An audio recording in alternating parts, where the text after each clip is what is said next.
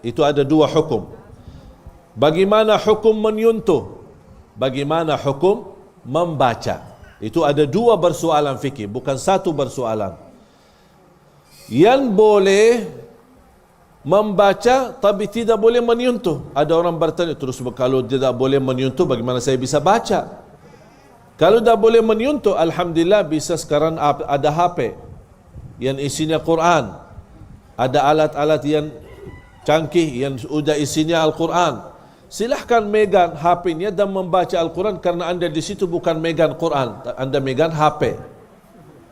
Atau Quran terjemah, atau buku tafsir, karena anda di situ megang buku tafsir, bukan memegang Al-Quran.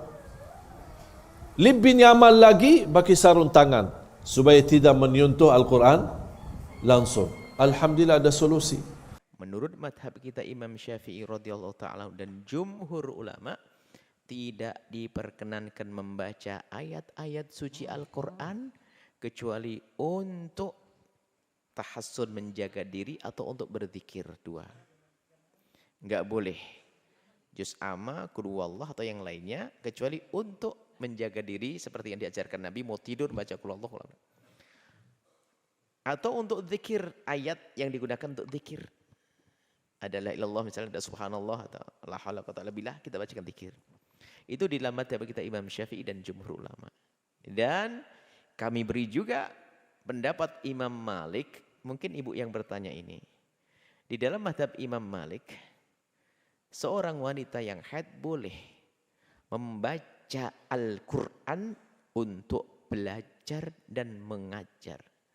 Maka ibu boleh membaca ayat-ayat Al-Quran dalam keadaan haid menurut madhab Imam Malik dalam rangka untuk mengajar. Artinya jika sang murid sudah faham, cukup, anda tidak boleh melanjutkan lagi. Jika belum faham, anda ulang. Dan wanita yang haid pun boleh belajar membaca Al-Quran. Tapi ingat dengan catatan, mereka semua tidak menyentuh mushaf. Kalau menyentuh mushaf disepakati 4 madhab, nggak boleh. Tapi kalau dengan hafalan boleh.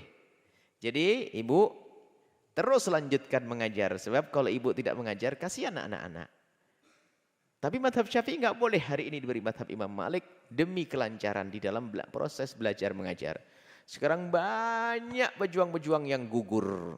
Gugur bukan gugur mati syahid, gugur dari perjuangan. Sudah pada yang ngajar pada kurang, di kampung-kampung guru ngaji sudah tidak ada. Ada satu haidnya panjang, kan kasihan. Nggak ada, biarpun haid tetap ngajar. Insya Allah ibu ya jelas ya, insya Allah bagi anda. Tetap ngajar, tapi ingat tidak usah memegang mushaf. Mengajar, baca. Adapun bacaan Al-Quran, ayat Al-Quran yang dibarengi dengan kalimat-kalimat selain Al-Quran, asalkan, tadi kayaknya untuk Iqra, saya tidak tahu Iqra macam apa, asalkan kalimat-kalimat Al-Qurannya tidak lebih banyak dari yang lainnya, maka boleh. Kalau banyak kalimat-kalimat yang lain boleh, biar di dalamnya ada ayat-ayat Al-Quran, megangnya jadi boleh. Tapi kalau murni Al-Quran begini, nggak boleh anda seorang wanita dalam keadaan haid menyentuh mushaf atau membawanya. Tapi kalau membaca boleh, biarpun yang membuka anaknya atau santrinya suruh buka. Kemudian sang ibunya membaca. Seperti itu.